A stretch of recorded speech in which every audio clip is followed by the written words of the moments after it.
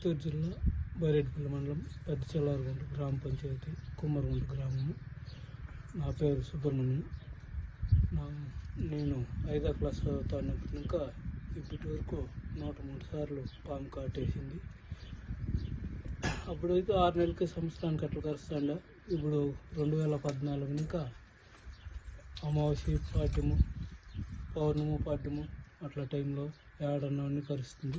ఒకవేళ ఆ టైంలో తప్పించుకున్నా కూడా ఒక 8-10 రోజుల మధ్యలో అమావాస్య పాడ్యము, పౌర్ణము పాడ్యము మధ్యలో తప్పించుకున్నాకు మిగతా మామూలు టైంలో ఆ టైంలోనూ ఒక టైంలో ఏడన్నా వచ్చి కాటేస్తాము. దాని గురించి మేము హాస్పిటల్కి, దేవస్థానాలకి ఎన్నో పూజలు చేస్తున్నాము.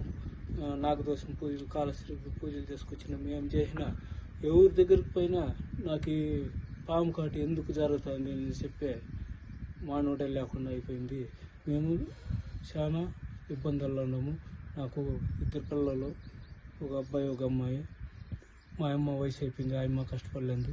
ఇట్లా నాకు తిరిగినప్పుడు 5,000 ఇంకా 10,000 ఒక ఖర్చు వస్తుంది.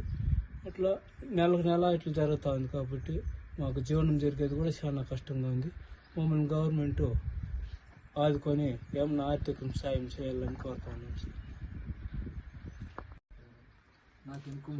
నాకు కూడా పుట్టిన వాళ్ళు వెనుక ముందు కూడా అన్నదమ్ములు, అక్కల చెల్లెళ్ళు ఎవరు లేదు.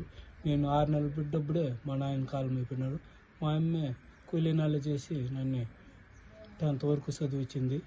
ఇప్పుడు ఏమన్నా పనికి పోవాలంటే కూడా మా వాళ్ళు ఎవరు నన్ను పిల్లరు. వీని కూడా పోతే పాములు వస్తాయి, మనకు పని పంచేట అవుతుంది, వానికి ఏమన్నా అట్లా జరిగినప్పుడు వాడిని హాస్పిటల్కి ఎత్తుకొని పోవాలా అట్లా అని చెప్పేసి ఇప్పుడు పని పిలిచే వాళ్ళు కూడా లేరు. ఖాళీగా ఇంటికాడ కూర్చున్నాను.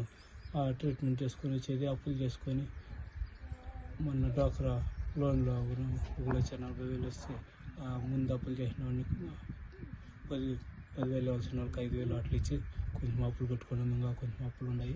మమ్మల్ని గవర్నమెంట్ ఏదో విధంగా మా కుటుంబాన్ని ఆదుకోవాలా, లేకపోతే మేము ఆత్మహత్య చేసుకోవాల పరిస్థితుల్లో ఉన్నాము సార్. మమ్మల్ని ఏదో ఒక రకంగా గవర్నమెంట్ ఆదుకోవాలని కోరుతాను.